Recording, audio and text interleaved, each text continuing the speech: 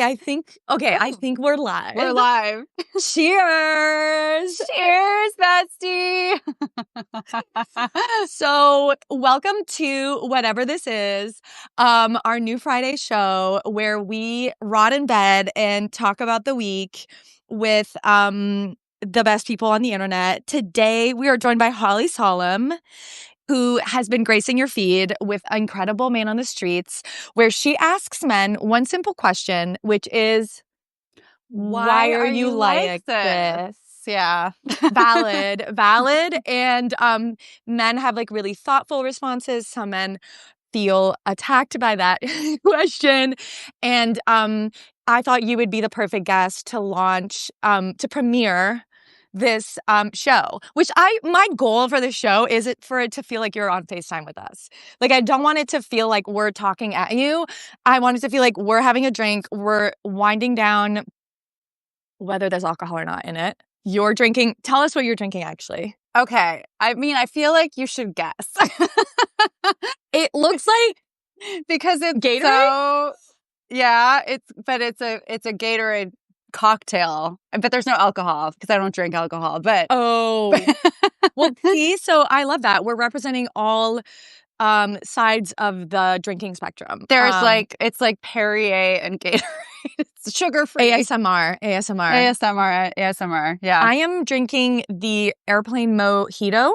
Mm-hmm. And it is a very simple recipe of like a lot of mint, some limes, and some, actually it's tequila instead of rum, because that's all I had. But please tell us what city you're joining us from and what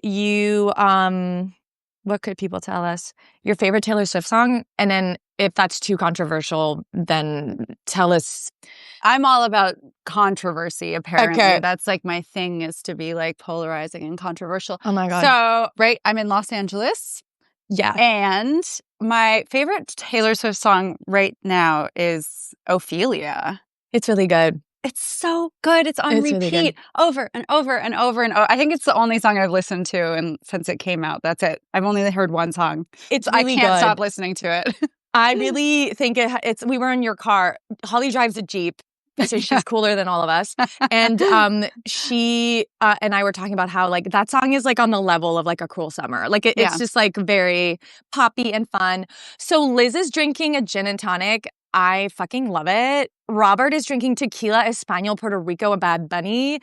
That should have been the name of the drink. Now I'm realizing that should have been, please. And then Dana says, I should take you seriously? Yeah, I don't think so. Yeah, don't take us seriously. Dana, we're in bed. Don't take us seriously. Don't take us seriously. No. That's rule number one. No. Don't take life seriously. I'm drinking Gatorade and Perrier. Don't take me seriously, for sure. Don't.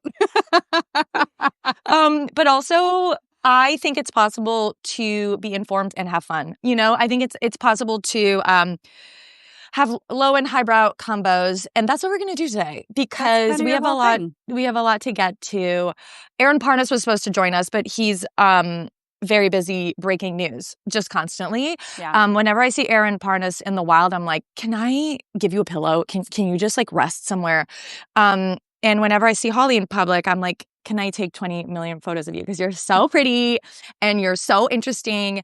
And we thought, okay, first of all, this is a No King's Day pregame, which I thought was how we should be coming into this protest, right? Like making protesting fun and enjoyable, I think is like number one. And so this is our attempt at like, first of all, who's going to No Kings tomorrow?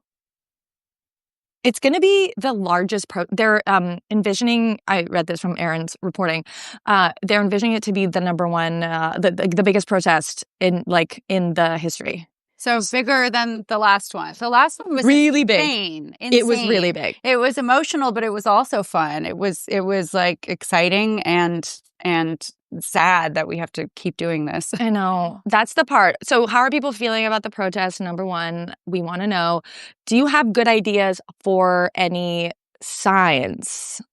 Oh, because we need good ideas. There were such good signs last time. Yeah. What was the best sign you saw?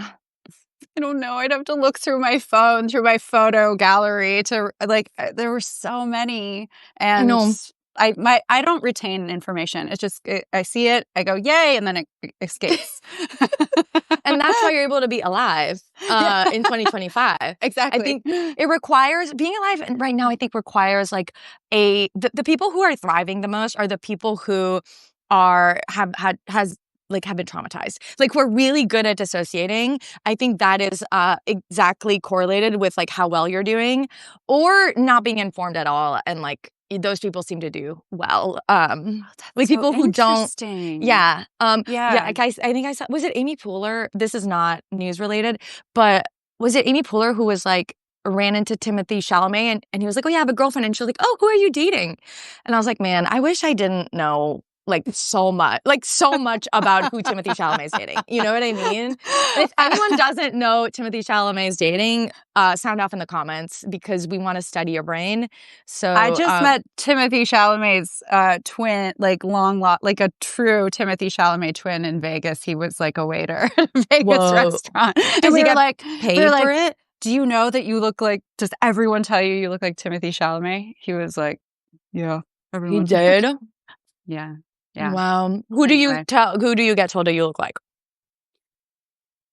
I don't really get told anyone lately. I guess sometimes I hear Margot Robbie. Yeah. That's the biggest one these days. It changes every year. It changes with my hair color. Do you get anyone? Do you have a doppelganger? I have this really funny story that because I lived in Denmark for a year when I was 19, because I was obsessed with feminism and I was obsessed with happiness as like a concept. I was like, wait, no, because I actually ended up doing like a master's in happiness studies and policy and gender. I sort of did the intersection of all of them. Like I was just I'm very obsessed with governments. Like I'm obsessed with like governments optimizing, well-being basically, whether and like gender equality. And so I saw that Denmark had, this super high level of gender equality and people were the happiest. I think now it's Finland, if anyone knows the updated happiness data. But so I went to Denmark and I lived there and people would constantly tell me that I looked like Penelope Cruz. And I just thought that was like, everyone's blonde. I'm the only brunette you've ever seen. I see it. Really? Okay. Yes. I don't see it. Oh, I really see it. Yeah. Okay. Well, yeah. I just interpreted it as like, you've never seen a brunette. And so therefore, like, you're like everyone, like in the way that like, if you're white and you go somewhere where there's like not a lot of white people and you're like a dude, like you just look like Brad Pitt. Like you're like Brad Pitt to everybody. Yeah. Oh my God, Liz says I look at her too. Oh my God. Yeah, I see it. Okay, so I want to know where everyone is going to protest from. That's number one. Yeah. Are you going to be in LA? So I'm going to be in LA. Last time I did Los Feliz. That was my protesting point. And that was really good. And it was I made it fun. I had brunch with a friend and then we protested and it can get a little scary though. But Los Feliz feels kind of safe. Yeah. What about you? I went downtown LA I was in Burlington actually with my family. Okay. And so that was very uplifting. And then I'm going to be in New York for this one because I need to go to do stuff. I'm going to a Diwali party. If anyone is doing that kind of stuff, sound off. Wow. Okay, we have people who are going to be in Glenwood Springs. That sounds really fun. Seattle. Kim is going to be in Seattle. Wow, that's fun. Yeah, I think protesting can be really fun. I think this one, I'll be honest, like there's some people who are hating on it. Well, not hating on it, but being a little bit negative about the fact that it's organized and therefore like the police, they're making a protest in coordination with the police. And so for some people, this feels kind of like, are sort of putting it down. And I saw a really good tweet from Brittany Packnett where she was like, this is all part of movement building, right? Like, yes, the ICE protests that are, sort of happening in Chicago or happening in Portland or happening in LA sort of sporadically are important, which are not working with police. Mm-hmm. But I also think that like people will, I think the point of a movement is to make it really fun. And we've talked about this on, with Priya Parker on a previous live. She studies the art of gathering. So she studies like, yeah, sort of how to make a movement or a party or like a Google meeting, like, or a Zoom meeting, like fun. And so she talks about how it needs to be like positive, right? It needs to be a place you want to be. And it can't just feel like homework, right? And so Kathy says Big Tent, which is exactly right. Oh my God, Anna's going to be in Nashville. I'm so jealous. Shout out Nashville. I used to live there. You're so Nashville, by the way. And Robert is going to be in Ohio. Literally an internet meme. That's cool. I love seeing also like have you seen the memes after the last one, or the TikToks of like a one lonely man like protesting? I'm gonna cry. I'm gonna cry. Where it's just like, I'm doing this. I'm like, I think that is like so incredible. So sweet. I mean, yeah, it should be fun. Everything should be fun. Everything we believe in and want to fight for, we should make it a good time because life should be fun. Like, what is the point otherwise? What is the point? We should, and like, we're stuck in this, we're in the apocalypse. We might as well have fun while we're going down. Yeah. And I love the idea of like, even if it feels, I think it was Glennon Doyle that shared this, video or this interview with a protester, I think she interviewed this protester, and he said he was alone and was doing this sort of like silent many day protest or like a hunger strike, and someone asked him like, well, why are you doing this, like if nothing's happening, right? Like why do you keep showing up every day even though nothing is changing? And he said, I'm not doing this so that I change things. I'm doing this so that I don't change, right? Like so that what's happening in the world doesn't change me. And I thought that was like really, really, really, really powerful. And I think the role of a No King's Day is to just widen that tent, right? There are so many people who may have never protested before, potentially maybe never even voted, right? Are just like too busy with their, 3 part-time jobs and trying to put food on the table. And happening upon, right? Like, or like coming across a No King's Day protest because it's in their hometown or it's in the the sort of like town square, then they become a part of it. And then it becomes something that maybe next time they'll be more involved or they'll feel like it's a movement for them. And so I do think these like larger events that are more, I don't know, less chaotic and more organized and maybe more peaceful are really, really important, for broadening that tent. I do wish that there would be more, there was more programming of like musicians and like celebrities, like really, like did you go to the AOC and Bernie rally in LA? Yeah, yeah. I thought that was like if anyone knows about it or was there, sound off in the comments with like hearts and fire emojis. But I thought that was like, I was like, this is what it should feel like, where it feels like we're at a concert, where it feels like I'm hanging out with my friends, but all of us are here for a reason, right? All of us are here for, a set of values and fighting for the world that we want. But Maggie Rogers is singing, and like Bernie and AOC, like the speeches weren't, didn't, I don't know, they felt like engaging and entertaining. More of a celebration.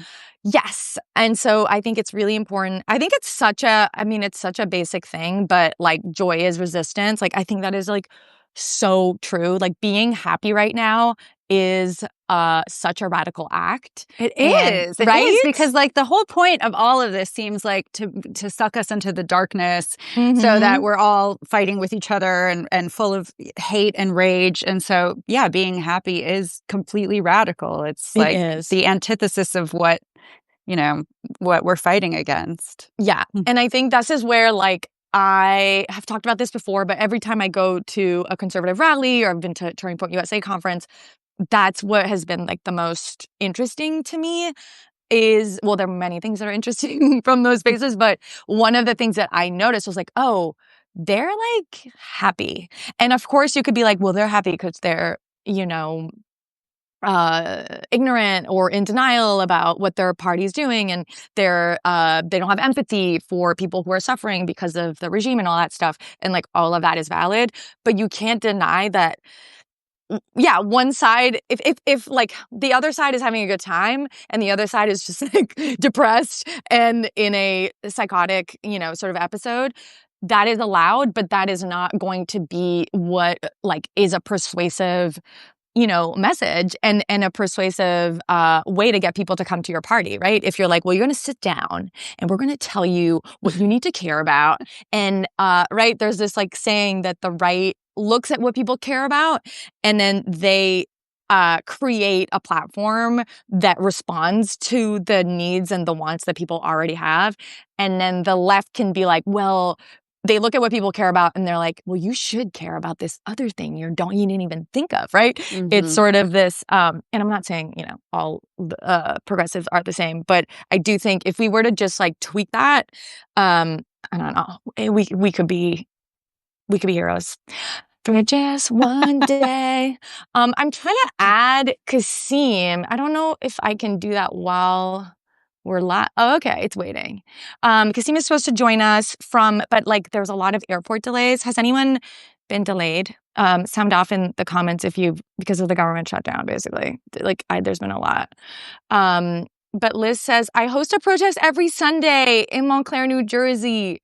This is week 35, and we've built a beautiful, joyous community. Every single week, people walk by and want to join. We bring tons of homemade signs to make life easier for protesters. I also make beaded friendship bracelets with a different resistance message each week to pass out. Liz, you're cool. My hero. Wait, so you have to tell us where this is for people who are near Montclair, New Jersey, or in the area so they can join you. This would be so cool if people would be able to meet in real life from this live. So anyway, that's what's going on. We also have other breaking news, which is equally as important, which is the Skims full bush thong. Yes. We're going to discuss it because we deserve it. We deserve to hold women and all of us. Oh my God, wait, Kasim is here. Joining in about 10 minutes. Okay. This is a FaceTime, guys. This is not a show. This is a FaceTime. Okay, well, Liz is saying Church Street and Bloomingfield Avenue in Montclair every Sunday from 3 to 4. Liz, I'm obsessed with you. Oh my gosh. Okay. I am so glad. And please, if you're around the neighborhood, join them. Okay. So before Kasim joins us, because I don't think he'll have a lot of thoughts about, or he's too dignified to have thoughts about the Skims, new underwear launch. But essentially I wrote about it this week. Holly and I have been going back and forth about it. We tried to locate a pair. Is it a pair? They sold out. They sold out so fast. They sold out all of the colors of the rainbow. So essentially, if you're not up to date on the lore, so Skims launched a Skims is Kim Kardashian's brand of clothing. I personally do think they make really good clothes. They have many bras are hard if you're a woman. Yeah, they make amazing bras. They do. They really do. Yeah. We got to shout out the bra makers at Skims. But this week they launched a very controversial product, which is a thong. I guess it's a thong, which I think thongs are violent against women, but that's for another day. Okay, same. Can we? So violent. Why are we? How come everybody's just like, oh, pretending so comfortable? What? No. For who? How? No. I don't believe it. I don't believe it either. On the same page. I feel like something has run amok. Like, why is everyone pretending that thongs are more? Like, I've talked to women who are like, oh, it's more comfortable. I'm like, more? But like, it goes up in the front too. Like, it's like it's it's like just. It's a torture device. It's a torture device. It's also, again, just I don't. Well, if someone can explain this, if you are a thong wearer, Robert says granny panties are hot, and I'm in agreement. Granny panties forever. Granny panties forever. The emperor has no clothes. Yeah, like I don't understand how having a piece of floss in your butt crack is. And if you're just joining, I won't give any context.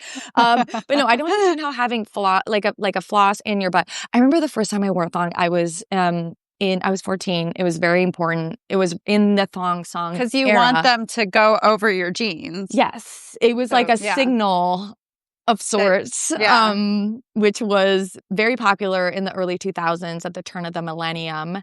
And I remember just like wearing it and literally every second of that day, not being able to think about anything else. I was just fully, just spent the whole day being extremely aware of my butt crack. And Robert says it's medieval. Virtue signaling, yes. Thongs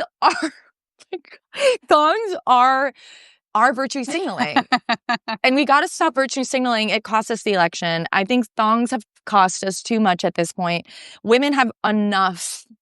There's enough violence against women without thongs. Say they're more comfortable. And are we calling all of those women liars though? Like, I mean, it's like Republican women. I'm sorry. Like, it's just like, I'm like, okay, I want to understand your POV. Like, actually, I think understanding your POV might be the most critical, like, information I could gather and help me understand so much more. But it does feel like if you wear thongs, you hate women. You know, you hate yourself. Yeah, you hate yourself. Yeah. It's torture. I don't get it. And I just don't, if they're like, oh, I don't want to see underwear lines, then don't wear underwear. I don't know. I don't understand. I'm I mean, this is veering into, Kasim is never going to join. He's like, like jump roping, like getting ready to jump. He's like, I don't feel like this, I feel like I want to join less and less. I feel like we need a man to talk about this because I want to know like how important this is to a man, even a very dignified man. Kathy says, can we have a big tent around underwear?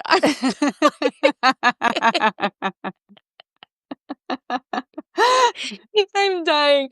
I think I'm totally in support of that. This is so crazy because so last week I was with some girlfriends in Vegas and I was talking about getting a Brazilian, which is also torture.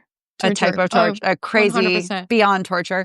Yeah. And my friend was like, why don't you just get it lasered? And I was like, because I might want that shit back someday. Like, trends change. Yeah. And someday that might be, it already kind of is popular. Some people like it. Some people don't like it. It's kind of all over the place. I kind of want to do a poll with men, like what they prefer. Let's do it now. Okay. If you women and men, if you prefer full bush, do... What emoji? What? Like a lion emoji. A lion emoji. Okay, do a lion emoji if you are pro Bush, not the president, not war crime. Bush, not one or two. And then put like baby. I feel like there's something weird about baby. A chicken. It looks like a raw chicken. Okay, put a chicken emoji. Is there like a chicken emoji? Is there a chicken cutlet emoji? Yeah, there's like a chick. Yeah, I feel like put a chick. A baby chick. A baby chick if you are anti-Bush. And then... so if you like some kind of a strip, do an airplane. Oh, okay. Yeah, I like that. A landing strip. Yes, I like that. No, but do you think that this is... Because, okay, more broadly, as I obviously, the first stage of seeing that, it's just like, you're fucking joking. I think it feels very 2025 where everything feels very like a parody or like we're in some sort of, Simpsons episode. But, and like very late stage capitalism. But at the same time, because I was talking to my roommate about it and she was so shocked. First of all, she became gay this year, which I've talked about on my podcast. And it's been she had a huge, amazing gay awakening. And one of the things that I was talking about with her and her friends, we were all watching Love is Blind, which if people are watching, we can also talk about that later. Because there's so much to dissect there. But she was like, that's like a lot of later in life lesbians who did laser because it was sort of the trend. And I think since the 2010s, particularly after like the Sex and the City episode where she gets that Brazilian and just became very I think pubic hair became really marginalized or like taboo, I guess, for women. And but a lot of later in life lesbians end up being really like if they become they're not dating men anymore, they want their bush back, but they can't because they lasered it away. So apparently it's like a real issue. It is. Yeah. So you never know when it's like the 90s when everyone plucked their eyebrows and then they didn't grow back. Like the trends change. Like we have to plan for these things. Like we have to plan is for these things. Yeah, there's no way when I was 14 and like plucking every single that you could have told me like super hairy eyebrows are going to be eyebrows are going to be the thing. Yeah, that would have blown my mind. So many things would have blown my mind if I'd known. But even like armpit hair, like I don't want to laser any of it. Like I might want it all. Also, I might get colds. Like I might need it. Yeah, like it might. You might get cold. Warm. Oh, you might get cold. I might catch a chill if I'm too hairless. Wait, I love this. Also, Christopher just joined, and I feel like Christopher should join us. How do I add Christopher? Christopher has an amazing Substack. He's also my neighbor, and let's see, he might be like on the toilet, but if he wants to join, he can join. Even better. But he can settle this debate. But it then it devolved into a conversation where my roommate was like, this is cultural appropriation because they're like selling the bush back to women in a way, right? And obviously the very obvious thing to mention is like you can get one for free. Like you don't have to pay $38 to get a bush. You could just grow it. Unless you've lasered. You lasered. Okay, so maybe this is for the later in life lesbians or women who regret their laser. And that's why it's so popular. That would be kind of a cool... It's like no makeup. Like, yes. Well, that's what I was going to bring up. Yeah. Because my roommate who... If you're familiar with Skims brand, they also came out with the nipple bra, which was essentially the whole, I don't know, bra propaganda that's been pushed onto us of like wearing bras so that people don't see your nipples because nipples are like showing nipple is bad or like, again, just taboo. Yeah. And then they came out with the nipple bra and my roommate was like, I have hard nipples. She was like, my nipples are visible. And I was laughed at for years. And now there's like a bra that like shows your nipple. Like, and again, I just go, wait, why don't you just not wear a bra? Like, why are you paying money to cover the nipple and create a new one on top if you could? Why not just not wear? I don't know. I'm just truly asking questions out loud. Because of the brand name. Because you want Kim Kardashian's nipples. You want Kim Kardashian pubic hair. Skims is a brand. And that's like chic. I mean, but will it start a trend? Will like Chanel start doing like pubic hair underwear? I did see someone wearing on the runway there's like these dresses and outfits that are just naked bodies, like paintings of naked bodies. No. What do you mean? Like skin tight dresses, and then there's like a painting, like not a photocopy, but like it looks like a naked like high on cold medicine right now, so my brain's not working. Is that just NyQuil? That's why it's blue? This is just pure NyQuil. Robo tripping. Well, that's wild. Anyway, I just think but the no makeup makeup thing is such a part of it where you're supposed to. It's like. There's sort of like a aesthetic that is preferred of as if you hadn't put any time or as if maybe the whole nipple bra, and please like tell me if I'm overanalyzing here, but there's something about, because why would you not just wear no bra? I think it's because this gives the appearance that your boobs in the bra kind of just look like that, right? Like that they are round and up there and perky, they're perky, and then the nipples like. And the nipple is like the right size or whatever, and like they're the same size. I don't know. That women's bodies come in so many shapes and forms, and that sort of creates this, I guess like parody, right? Of like, well, this is just what I sort of look like, and then also that it costs a lot of money, and takes a lot of effort in order to achieve that natural look. Like it's not actually about women looking natural. Or Everyone else you wants wouldn't to have to be buy anything. natural. I saw some guy, like someone posted something about like this man was like, Sabrina Carpenter is so much more beautiful without makeup. And he posted a picture of her. She's fully wearing a full-blown face of makeup.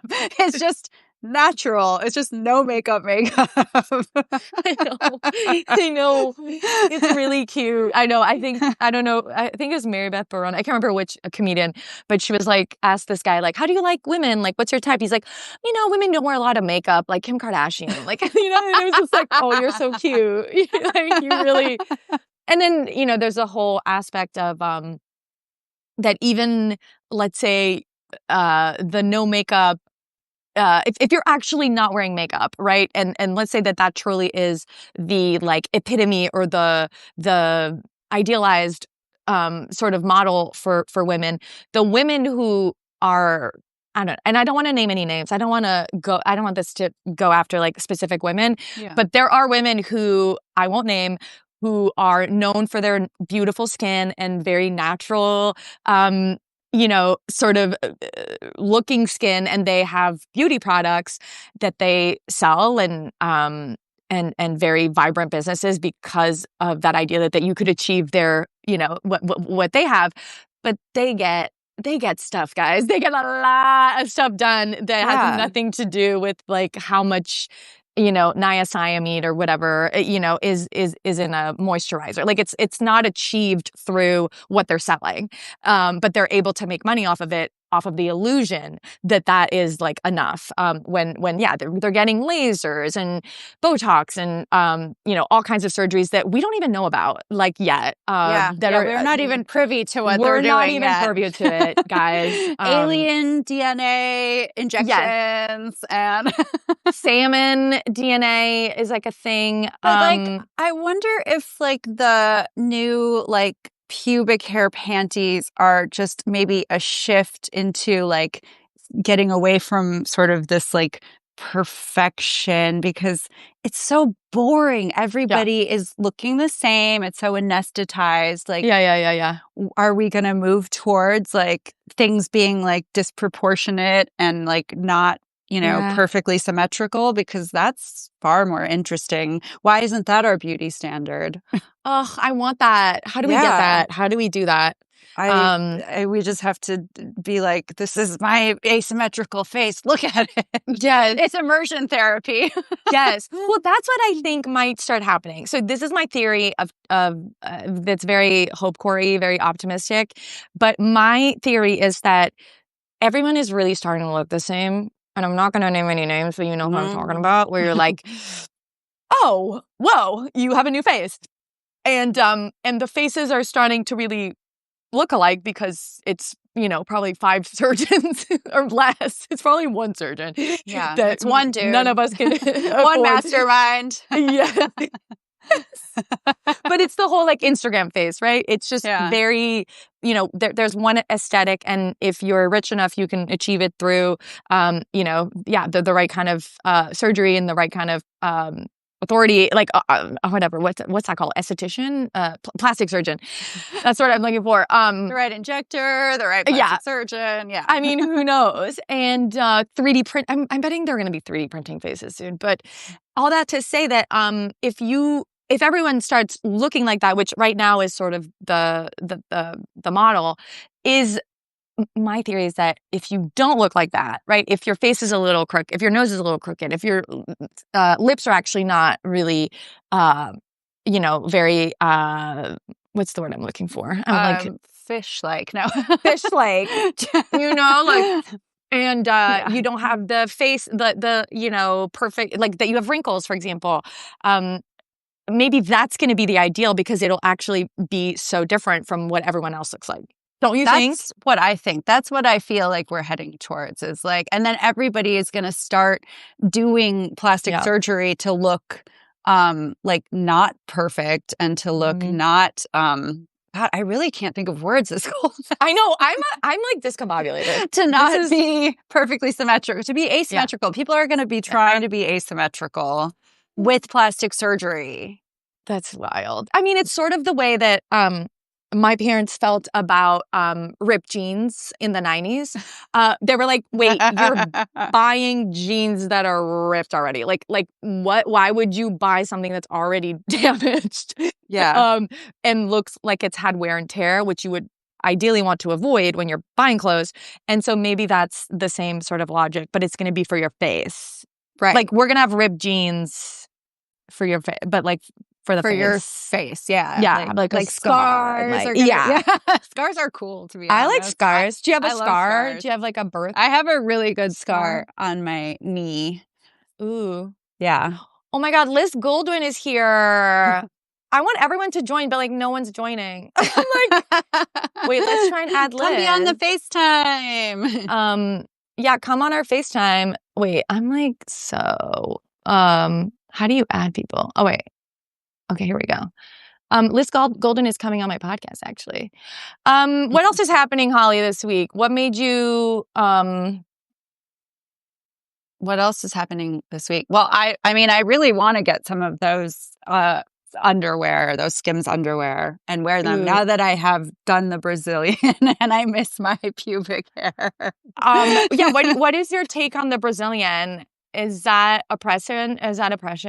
It is. Yeah, it is. Why are we trying to look like babies? Like, that's fucking creepy. Sorry, but like, but I did it for like photos, like, and for bikinis, because then it just is cleaner. But why did I have to take it all off? Because I guess I was like, well, I guess I'm here. I might as well just do it all. But it really was torture. It is. It's so hard. I don't think men understand. Robert says the most important question is, why are men like this? Which is such a good, my light died, which is such a good question and way more interesting. But yes, I remember my first Brazilian. I didn't know what I was getting into. I have a pretty good threshold for pain, I thought. Turns out I don't. Oh my God, my light's broken. I was probably 19. Mm-hmm. And I went to the salon with my friend Cam, Liam, and I was like very nervous. She was like, don't worry about it. Like, obviously she hadn't gotten like one. Like she wasn't like, we were all very young, and she was like, don't worry about it. It's like way easier than you think. And I was like, okay, I can do it. I can do anything. And so we go, and it's this, salon in the back of, or it's this like, room in the back of a hair salon. So there's all these people men getting their haircuts. And I go in this little room. I'm like sitting there. She's slapping the wax on. I'm like, okay. And I made Cam come in with me and because I was like nervous. She was like, okay, sure. And it was I started uncontrollably screaming. Like I didn't know. I was like, I don't know how to not scream. This is the worst. This is the worst pain I've ever been in. The worst pain I've ever been in. It's insane. You feel like they're ripping off the organ. Yeah. And then there's a part where you have to get on your stomach if people don't know how bad it gets. She just had me put my legs up like this. Show us. Yeah. Like this. And I was like, wait, there's more? And then I was like, oh, that's right. I have a butthole too. I forgot.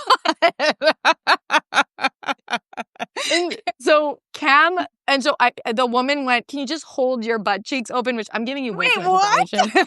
And I was so... That's not the right way I was passing out. So my friend had to hold my butt cheeks open. Wait, and it was good friend. That's a good girlfriend. That's how you know. Yeah, that's like a category of like, help me bury the body, friend, and like hold my butt cheeks because I'm passing out. I'm blacking out from and yeah, this waxer, she was Russian, and she was like enjoying. She was like laughing, and so she would take the strips after she would like rip all my hair out, and she'd throw it on me and be like, look, it's nothing. Like she was just like, it was like a haunted house. You've been seeing those videos of like, it's a haunted house, but you're just a woman. And it's just like, that. It's like, we're going to rip all your hair out. And also, it's the worst pain imaginable, and then you have to do it again. It lasts like a month. You have to do it again, yeah. But apparently it gets easier because you women, we get used to the pain. Well, also pain has no memory. Like you really doesn't, because the second it was over, I was like, huh? Oh, really? You were like, okay. I was like, well, that was really painful, but you don't remember how painful it was. Well, also women are used to being in pain. I think that's it's something I think a lot about. You did this man on the street where I was like, who's like been on the receiving end of more like verbal aggression, and like men and women both felt that the other gender was meaner and more verbally like aggressive. But I will say that women in general, like our tolerance for pain, I think, is necessary for us to just exist. Like I remember from a very young age being like, the amount of things that you just have to sort of accept and sort of tolerate, from like sexual harassment to like men staring at you, from obviously getting your period, to needing to get pap smears every year. Yeah. Remember when it was every year? And doing, I mean, inserting and removal without any even kind of pain losing medicine. your virginity. It's like Yes. all of it. It's exactly so painful. Yeah. Yes. You're just, I mean, it's not just that you're expected to tolerate pain, but you kind of have to. It's sort of hard to not, to get around it. And so I think that's why, because every time I love like interviewing everybody, like you, I just am very like curious about humans. And I always interview my waxing person, because I'm also like, what else are we gonna fucking talk about? Yes, I know. I'm always interviewing everybody. Yeah, you're just like, let's talk. And I'm like, how did you get into this? Yes. Tell me everything. Yes. Who are you voting for? Like, I'm always like, I'm just gathering info. And I always ask them, like, what percentage of men? Like, I'm always very curious about men in general, as you are. And men are coming in more and more. Men are getting more and more men are waxed. getting, everything waxed. Have you ever I've had 2 people I've dated that have preferred men that have preferred the hairless look on themselves. Oh, with waxing? So one of them I didn't date long enough to find out, but one was shaved like all the time. Okay, like wow. all of it. Okay. And it was like kind of weird how obsessed he was with like this hairlessness, because he thought it was cleaner, but like, right. Is it though? I feel like the hair is there to keep you clean underneath it. It like protects you. That's right. Well, that's a whole part of this, which is vaginal health and just like, which I'm obsessed with. And I'm a victim of it because I'm obsessed with vaginal health. I'm obsessed with vaginal. Oh, because you also, if you're a woman, you not all women, hashtag, but a lot of us have issues and like a lot can go wrong. Again, oh my God, perfect timing. Perfect timing. We were just welcome party. We like been joking the whole time, being like, he's never gonna want to join. All we've been talking about is vaginal and health. like thongs and underwear. Fantastic. Well, first of all, everybody has to welcome Kasim, and look at his amazing T-shirt. Is this your first time wearing it? I'm debuting it on your live, Liz. Oh my God! What does it say? Billionaires, the only minority in this country destroying America. Ooh, I mean, that's good. Right. Good. That's a really good sign idea for anyone who is looking for a good sign for tomorrow, for No King's Day. Are you wearing it tomorrow? So can people buy the shirt on your Substack? Yeah. Like, how do they find it? I'll post it on my Substack. I'll post it in the chat here as well, and folks, if they want to pick it up, they can buy it. It's actually my wife's store. It's her idea and everything. She designed the whole thing, so I'm like, yeah, I'll wear it, of course. Oh, that's fun. Yeah. I love that. So are you going to the protest tomorrow? How are you feeling going into it? So do you have any cool sign ideas? Yeah. So I'm going to be working with with Don Lemon, with Joanne Reed, Jim Acosta. I'll be reporting in Chicago. It's a war zone here, apparently, from what I'm told by the president. And so I'll be out here reporting and showing how folks are exercising the First Amendment rights. I don't think people realize how Chicagoans are pushing back, how effectively we're pushing back against this Trumpian fascism. It's pissing him off, and there's nothing he can do about it, and we're going to continue to show up. So it's really exciting. So I'm excited to be out there. So if you're in Chicago, look for me. I'll be wearing this and probably a blue Humanity First hat as well, just to be easier to pick out a crowd. That's amazing. I've been seeing that it's expected to be like the largest protest so far. Are you hearing that from people on the ground too? Definitely this year. I think the 2 largest ever were the George Floyd Black Lives Matter marches, and there's another one. I think the women's march is pretty large as well. This should exceed women's march. I mean, George Floyd is my like God. more than 20 million, so I don't know if we're gonna get 20 million, but it'd be cool if we did.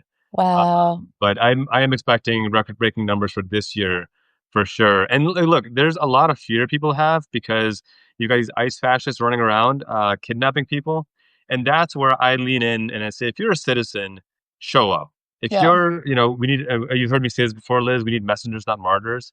So I don't want people getting arrested. I don't want immigrants or people who are undocumented getting caught up by these fascists. But if you are a citizen, this is the time to flex your citizenship and show up and stand in solidarity. Because if you're afraid now, I guarantee you it's not gonna get any less scarier tomorrow or next week. This is the time to step up. I love that. And isn't it fun? Can we talk about how fun it is? If you've never been to No King's Day, this is the third one or the second one? I don't know. It's the third one. It's the third one, right? One this year, yeah. So it's so much fun. It's such a fun Saturday vibe. Whatever city you're in, whether it's big or small, truly, like I was reminiscing of, after every No King's Day, I feel like there's those like really sweet, like lone person in their hometown, right? They're just like protesting.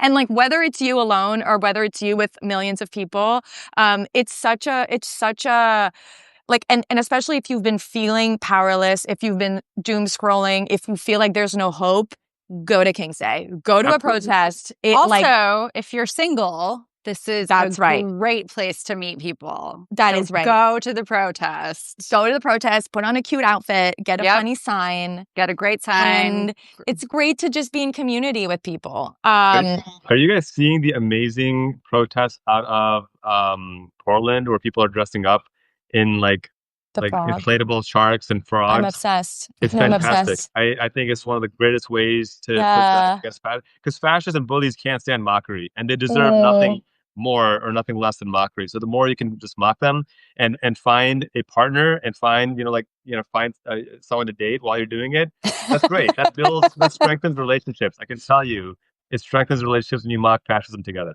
It's so true. It's so true. Humor is such an important part of it. I feel like you've been like pissing people off lately. I feel like you've been pissing off the fascists. Can you teach us your ways?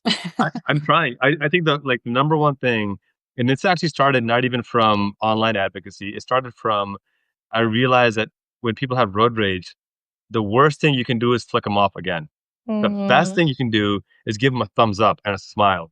Nothing angers them more than giving up a thumbs up and a smile. And so for me, when fascists are coming after me online and I refuse to get angry, it just makes them lose their mind. It's the funniest thing in the world. So that's my secret sauce of just keeping my composure, smiling, and letting them realize that they're the child in the room and I'm the adult. Yeah. Go ahead, Lolly. Yeah, they hate to be humiliated. Like the men on my show that are clearly fascists are always very angry that I'm like friendly and like bubbly and goofy, and I'm like, it's all a fun joke, and they don't like that. They don't. Yeah. Because you're humiliating. And you're not fitting into the stereotype, right? Of the angry feminist or the, sort of like down in the dumps progressive that's like angry about everything and can't take a joke. You're actually creating a sort of, you're giving them a reason to sort of bring down their walls, right? And to challenge their assumptions about who we are. And speaking of smiling through the moment, did you watch the Zoran debate last night, the mayoral debate in New York? I was stuck on a plane, but I did watch, and I was actually speaking at Union Seminary for the first part of it. That's I was stuck on a plane the second part, but the clips I saw were fantastic. It was amazing. And I mean, the running joke is that it's ironic that Cuomo hates socialism because he just got publicly owned. Like, it was so bad. How badly he got just dismantled on every front. And I had us on. He held his own. He did a good job. Yeah, I just thought that was one of the things I watched the debate online, and I just was obviously there were a lot of funny moments. It was very New York, like who's the third guy? What's his last name? Silva. Yeah. He is sort of just gives like mobster lore vibes. Like at one point they asked a question about, if you can't take the subway, how are you getting around? Let's say you can't get where you're going on the subway. And, Zoran is like, I'd city bike. And Cuomo is like, I'll take an Uber. It was like so perfect. And then this one, the middle guy's like, well, as people know, I got shot in the back of a cab in 1971. So it was like, what? So it was entertaining. But one of the things that really struck me from watching it was that Zoran was just really smiling through all of it, even though he was being attacked for all of the things that we know he's being attacked for. I mean, Cuomo even, this is, he's done this before, but definitely went into it. In the debate where it's like, oh, well, you live in rent-controlled housing, which means like you're taking it away from someone who's, who's poor, which is like not how low, rent stabilized. Like rent stabilized apartments don't have an income, limit. So he's not doing anything illegal in any way. But anyway, I just was blown away by how positive he was. And again, exuding the kind of like, if I was to turn off the volume and sort of not listen to anything that these guys are saying, and I was just going to look at it, and sort of look at their body language, like, who do I want to have a beer with? Like, it's him, right? Because he's having a good time. So I think that's such an important part of this too. What I love about it is that he's grounded in his values, and he's just not afraid to lean into them. Yeah. Right? He's not afraid to just be like, hey, this is who I am authentically. I'm not going to apologize for it. I'm not going to take the bait on these nonsensical comments.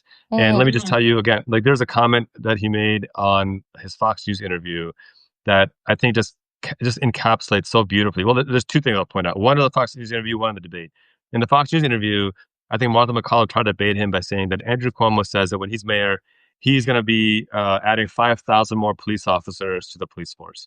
Now, the traditional Democrat would have been like, I'm tough on crime and I will keep you safe and I'll add 10,000 more police officers and even more guns and more tanks. And we will have, and like missing the whole point that one, public safety does not come from more cops. And two, you're running to be the Democratic nominee, not to be the Republican nominee. Like, what the hell are you trying to be more Republican than Republican, right? But his first line just ended the entire debate. He goes, I don't take leadership lessons from Andrew Cuomo. Like, perfect answer, right? Like, he could have said anything. He could have given a recipe to cookies after that, and he would have won the answer. But like, the whole point is like, stop trying to make Cuomo our leader. I'm the leader here. And then the second thing he did in the debate that I thought was fantastic is he called out Cuomo for saying the first time you stepped in a mosque after 10 years of governor and these, these leadership roles, the first time you stepped in a mosque in New York, where there's a huge Muslim population, was after you lost to a Muslim candidate. In doing so, he just captured so perfectly what's wrong with centrist Democrats. They're reactionary. They get offended easily. They don't really have any vision. They're trying to be like the kid who dresses a certain way to think that you'll like him as a result of it. And then if you say, hey, here's how you can do something better, they get upset, go to their consultants and ask them what to do. Like, we've learned, these folks have learned nothing since 2016 at all. Oh my God. And that's why they keep losing. And I think what scares them about Zoran Mamdani is that he says, the hell with their stupid consultants. This is what I know based on my lived experience, and I want to lean into it.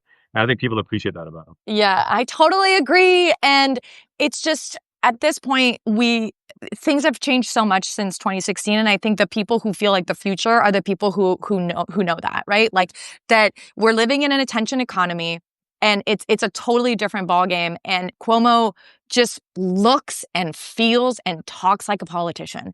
And Zoran talks like a normal person, right? Like just a regular guy.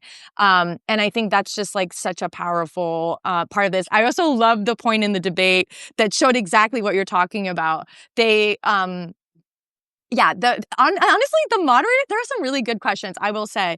One of the questions was, what do you think is the biggest complaint for New Yorkers? And, I think they asked for the two top ones, but Andrew Cuomo says homelessness. The mob guy, I can't even remember. Like, I'm sorry, he's just not that memorable. And then Zoran says noise, which I think, again, to maybe an Andrew Cuomo or to to most people who are of a certain, income level who can afford to live in certain parts of New York that aren't, and have those, windows that break out, that, isolate the sound, like that wouldn't have been a thing. But he was right. Noise complaints is a top issue for so many New Yorkers. And I just thought that was like that. Like you live there, you know what it's like, and you care about the things that I care about, which is, how Trump got elected by some, fucked up miracle, because he's not normal, or he's not just well said. I think living like everyone else. Remember this, and Holly, I don't know if you remember this as well, but there was this trend after, I want to say, after Bernie proposed like a wealth tax or something like that. It was somebody, I can't remember who it was, but they proposed a wealth tax for people who make more than like 10 million a year. You're going to pay this much more in tax. And they were freaking out that, you're going to tax working people. And like, what working person is making 10 million a year? Like, that's 1%. And then all the memes were examples of what only low income or working people know. Like one of the tweets that I was dying laughing at was, if you can open your door while using your bathroom, then this tax is not going to affect you. Like, so true. If your knees don't touch your bathtub when you're sitting on the toilet. Exactly right. Which was my apartment in New York. Yeah, like a bubble, like the popcorn ceiling. Like if your ceiling looks like this tax is not going to. Yeah, that is so funny. That is so funny. I love that. I just hope it, what's your prediction, the both of you? What do you think is going to happen in New York? Is he going to get it? Is he going to win it? Holly, what are you thinking? What am I thinking? Do you think he's going to win New York? You think he's going to get this? Let me consult the overlords. Yeah, I think he's going to win. I think he has to. I think he's going to win it. Yeah, I think so too. And I actually hope, I think you're exactly right, Holly. And I actually hope that Schumer and Jeffries and Gillibrand and Booker, that they don't endorse him now. Like, stay away. Like, interesting. He's done all this on his own, not even in spite of you, but like in spite of your opposition to him, and he's still killing it, and his lead is still growing. Don't be the guy who walks in last minute and be like, yeah, we won, right? Like, don't be the group project guy who shows up on the day of the presentation that didn't do a damn thing the whole semester and tries to get the A. Like, don't be that guy. And so I think that's what they're gonna try to do. And I just hope that they stay away now and just prove to everyone how truly irrelevant these folks are and how they've made themselves to be irrelevant.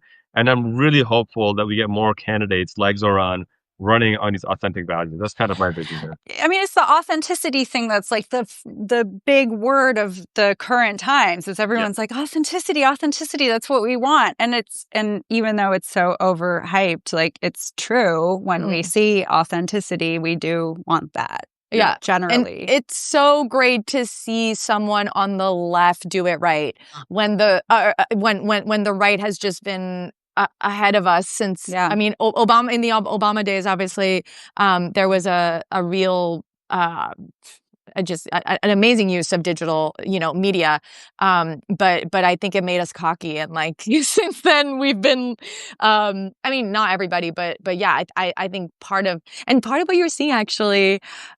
Even if they never come around to endorsing him, which is really interesting, to support them not endorsing him. But I think that Hakeem Jeffries, I think that Chuck Schumer, they're watching Zoran videos, or their teams are, because you can tell that they have invested in mini mics. Okay, they're doing videos, they're doing stand-ups. Okay, they're doing, they have ring lights. I can tell that there's been some shifts there, and I welcome it. I think it's.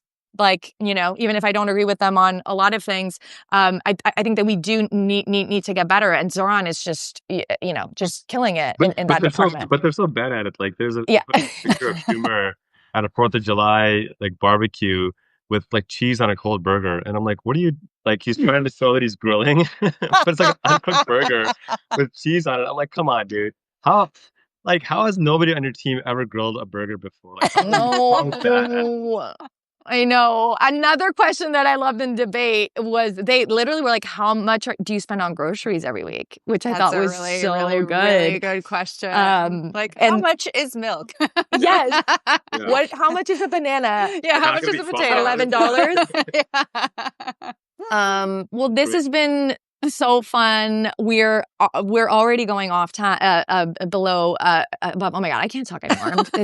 It's brain rot Friday. It's Friday. It's Friday, guys, and we can feel tequila. it. Yes.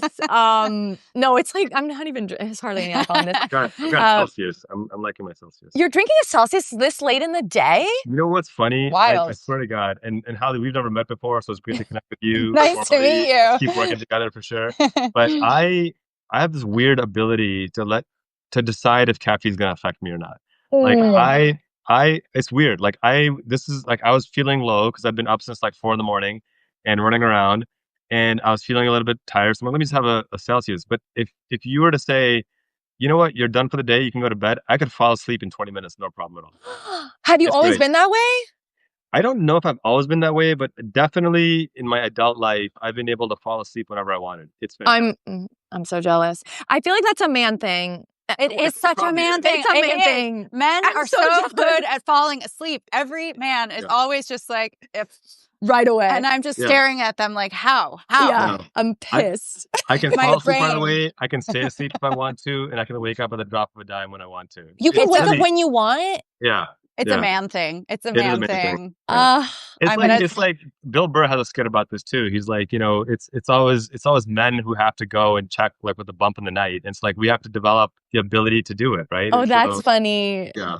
That's funny. That's interesting. Boy brain needs to be studied. Men's ability to fall asleep right away needs to be studied. And if anyone wants to do it, I support it. Thank you so much. We know that you've been running around all day and we really appreciate it. We can't wait to check out your reporting tomorrow at No King's Day. If anyone is watching this, go and not following Kasim, please go and correct that right away. His reporting is so amazing. His newsletter is so empowering. And he's pissing off a lot of people that are annoying. So you're going to want to be part of that. And Holly also has an incredible Substack where she talks about everything from dating to relationships to ketamine treatment to mental health issues. And getting a Brazilian. To getting a Brazilian, which I'm sorry, Kasim, you weren't here for that. We'll have to do a live just for that because I know you really wanted to participate in that part of the show. And so go follow Holly's work and everyone have a good No King's Day. Just however small or big or medium, even if you can drop in for a few minutes, it makes a difference and it'll make a difference inside. And I think that's actually the most important reason to go is to go so that you feel like you're making a difference because you are making a difference every single day. And tomorrow's just a way for you to really feel it and see it.